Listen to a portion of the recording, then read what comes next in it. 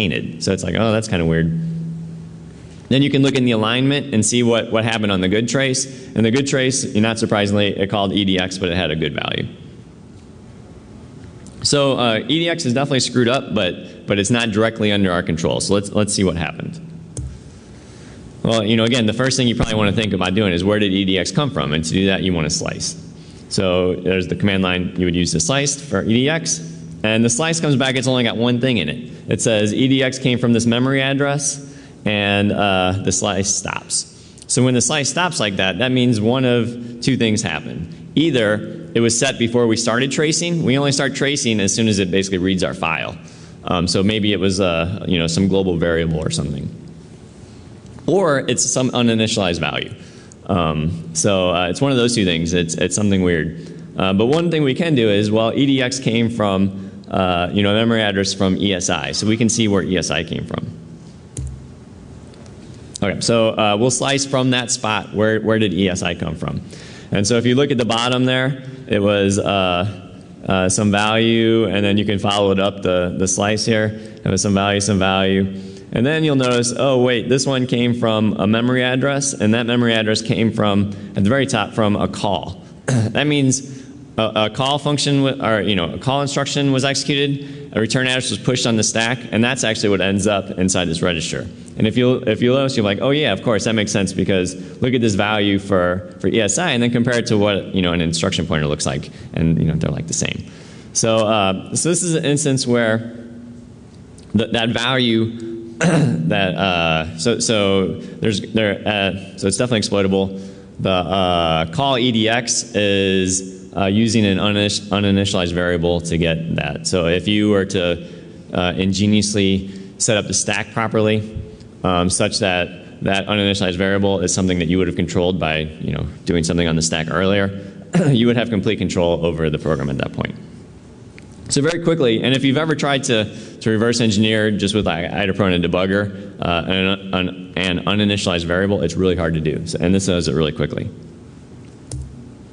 Okay, so that's one Adobe Reader. So here's an OpenOffice example, just to show this isn't an Adobe Reader only tool. It works on probably any big program. And OpenOffice is really bloated too, so if it can work on that, it can work on anything. And while there is a source code for OpenOffice, I assume there wasn't. I didn't use it anyway. And Adobe Reader, like everyone uses that. No one really uses OpenOffice, right? Well, I know at least one guy does. Dave Vitale always uses OpenOffice. So you can use this to exploit him, and this is a 0-day still, so you can nail him tonight. All right, so let's look at this crash. So you run it, and it crashes inside a memcpy, and if you look, it's bang exploitable says it's exploitable. So it crashes in a write in memcpy. I mean, that's pretty classic. All right, so let's look at the crash a little closer. So again, same lines in BitBlaze I would use. So it crashes. You'll notice that ECX, which is the counter in that instruction, is tainted. So somehow that we've tainted the length of a memcpy. And also you can look at the destination address is tainted, and the source is just whatever. So this looks kind of bad, right? So it's what's worse than a memcpy that crashes in a write? Well, one that for example, that you control the length. All right, so this is just like nothing I probably would have done, but just to show that you can use this tool and that it can be done automatically and very quickly. So you could have just run Jalset analysis on all those tainted things I just talked about, so the length and the destination. And so here's an example of running it on the destination address. So so we already know we can, there's taint in the destination address is tainted, but exactly how much control do I have? Can I move it 1 bit, or can I just set it to arbitrary values, or what? And so if you see this, you run it, so it works out to be 16. So approximately 2 bytes of the destination address we have control over. So it's sort of an interesting use of the tool, and there's exactly how you would run it. And there's more in the white paper. So there's more examples. There's another OpenOffice 0-day in the white paper, and then the white paper is like 70 pages. So download it. I have the link at the end of the slide. So check it out. It has a lot of tool usage. Okay, so now let's see what exactly happened. What's the underlying bug here? So in order to see what happened, we want to go back in the trace, right? So we know where it ends, but what happened before that? And what I've done here is I've printed out what happened till the end, and then I just grepped out all the stuff that was in the Windows libraries, because I don't want to care about what happened inside of memcpy. I want to care who called memcpy. And that's what I get. So I get this. I can see the call to memcpy, the 3 pushes from memcpy, and then I can even look up ahead and see how things were calculated a little bit. Okay, so in this case, the memcpy looks something like that: 2 addresses and a big length, which we know is somehow tainted. Okay, great. So let's see where the source of this memcpy came from, and then I'm going to use AllecReader to figure that out. So I plug in the address into AllecReader, and it tells me, okay, it was the source was here, the size was this, so I know how big the buffer was allocated for the source, and it happens to actually be the same size as the length of the copy. So the memcpy is, in source code was probably like destination source, string length of source or something, I don't know. And then I can see where it was. I can look and see exactly where in the instruction trace it was allocated. Okay, what about the destination? Well, I can do the same thing. I use AllecReader, plug in the destination address, except this time it comes back with something a little different. It says, yeah, this address you're giving me, that wasn't inside of an allocated buffer. It was close to this other allocated buffer, though. And so it turns out, if you look, we're actually starting to write already past the end of a buffer that they intended us to write in this bug. All right, so let's see, like, where the heck, what went wrong? What's up with this destination address? So if you look in the trace I already had on the screen, it says exactly how this was calculated. It was calculated as EAX plus 8 times EBX.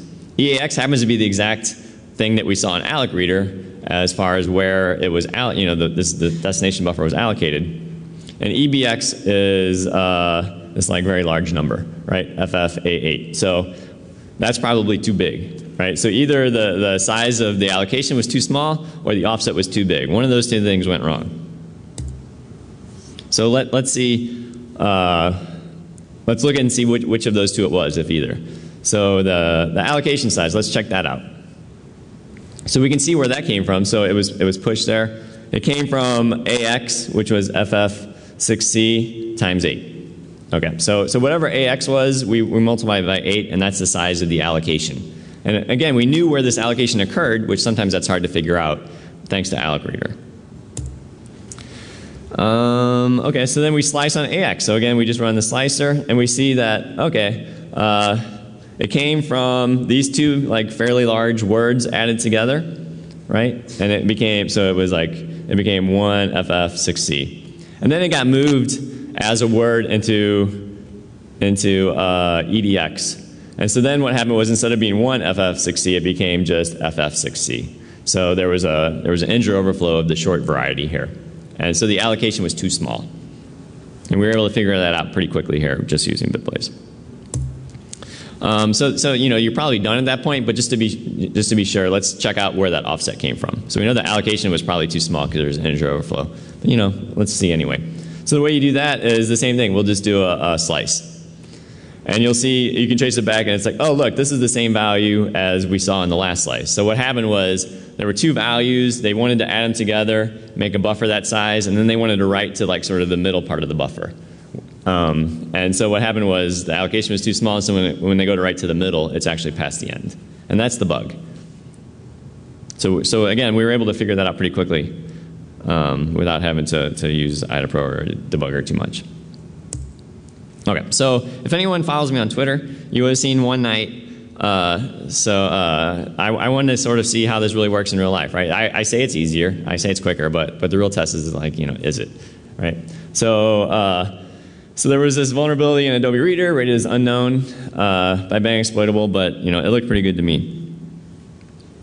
So I had a volunteer who works at IC with me to take on the role of the regular security researcher while I was going to use BitBlaze. Okay, so here's the matchup. It's me, who I call myself Bitmaster because I use BitBlaze, right? Versus Dion. So you might know Dion. He's a top-notch security researcher. Dion Blazakis, right? That's how you say his name. So anyway, he's sort of famous for having the JIT spray in Adobe. and the pointer inference. So anyway, so it was me versus him, and he could use any tool he wanted except BitBlaze, and I could only use BitBlaze. So let's see what happens. Okay, so here's the crash. This is an Adobe Reader. This is still current, so this is your first 0 day of Black Hat probably. So 0 day in Adobe Reader right here. Take a picture with your camera. So the reason that bang exploitable says it's unknown is because it actually crashes on a read. ECX is invalid. But then just a few instructions later, it's a write. So there's some promise that it's going to be good. And so again, bang exploitable says it's unknown. If you compare the good file and the bad file, there's just some byte and a big old, in the big file. C1 is for the good file, CF is for the bad file. So that was it. I said, okay, Dion, go. So and then I went. So what I did as the bitmaster was I tainted this bad byte, and I got a bunch of traces, and I started doing slices and that sort of stuff. Dion, he got IDAPRO up, and he started running his debugger, and that's where we start. All right, so let's see what happens. So the first thing I do is the same thing I've done every time in these demos, right? I see where it crashes. I can see that ECX is not tainted. Okay. I can slice on ECX, and I can see ECX actually came from adding two heap pointers together. So usually you don't add heap pointers together. It doesn't really, not a good thing to do. And when you do, things crash. And so I already found out just by doing one slice what the sort of underlying problem was. And another point is this address that's twice a heap pointer is actually reachable by heap spray. So this is something we can actually probably exploit. So yay, 1 point for bitmaster. And poor Dion has no points. Okay, so then the next thing is like, okay, that sort of gives me an idea what went wrong. Now, what's up with the CF and the C1? Why was that important? So then what I do is I figure out, okay, well the crash was in cool type. So let's see the first time a tainted instruction was used in cool type. See if I can figure out what went wrong. So the first two are irrelevant because it's writes on top of tainted data. So the first time a tainted byte was used was this E4 was read. So it's like E4, huh, that's interesting. Like that's not C1 or CF. I wonder where that came from. So you can do the alignment trick and see what it was in the good case. And in the good case, instead of E4, it was D4. And you'll notice that this E4 and the D4 are both tainted, as you would expect. Okay, so it's like, huh, well, where did that come from? And so to see where the E4 came from, you need to trace back before it got into the crashing DLL cool type. So if you just look at a few instructions before that, you'll see it came from a big copy. So it looks like it was inside memcpy or something. And you'll see it came from a buffer with like E4, 9B00, and so forth. So we can use the state reader to just grab memory near there. So if you do that, you'll grab a bunch of memory. There's my E4 that's there. And you see things like loca, maxp, name. If you just do a Google on that, you'll see that this is a true type font. And then you can use state reader also to say, are there any other bytes nearby tainted? Nope, E4 is the only tainted byte, it tells me. So I know that this is probably whatever I had before in the PDF. It was compressed, it got decompressed into this, and that one byte that was tainted before got changed into an E4 in the decompressed stream. Well, that's pretty cool. So I'm going to win, right? No, actually, not this time. So Dion, meanwhile, sitting in the ISE headquarters, he decompressed the good font. And then he examined the decompressed font. So okay, he has the decompressed font. And then he looked in the crashed file in the heap to see where he could find something that looked similar to the decompressed font. And he found a spot in memory that looked exactly like the decompressed font, except guess what? It was different in one byte. He saw that it was instead of a E4, there was a D4. So he was able to pull that out from the debugger to get what the decompressed bad font was, because you can't actually just decompress the bad PDF because it's corrupted. So anyway, so he was able to really quickly, just by searching memory and being smart, figure out what the decompressed font was. So he gets a point for that. Well done, Dion. Okay, so round 3, Dion continues while I'm still slicing and stuff. So he starts reading the true type font specification, which is something I would avoid if you could. So he realizes, he's like, well, what's his E4 thing, right? I'm going to figure out in the spec what it corresponds to. And what it corresponds to is an offset, to where you can find this maxp guy. So in the good file, it's E4, and the bad file is D4.